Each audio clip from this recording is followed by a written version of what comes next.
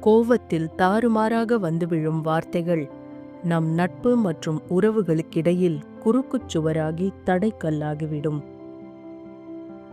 ஒரு கண நேரத்தில் சொன்ன சொற்கள் வாழ்நாள் முழுவதும் மனதில் குத்திய காயமாக இருக்கும். வார்த்தைகள் காற்றைப் போல பறந்தாலும் அதன் தாக்கம் பாறையைப் போல நிற்கும். வாழ்க்கையை அமைத்துக் கொள்ளும் சக்தியுள்ள அதே வார்த்தைகளில்தான் அதை சிதைக்கக்கூடிய சக்தியும் இருக்கிறது. கோபம் குறைந்த பிறகு நிதானமாக யோசித்துப் பார்த்தால் நாம் சொன்ன வார்த்தைகளின் சிறையில் நாமே சிக்கிக் கொண்டது புரிய வரும்.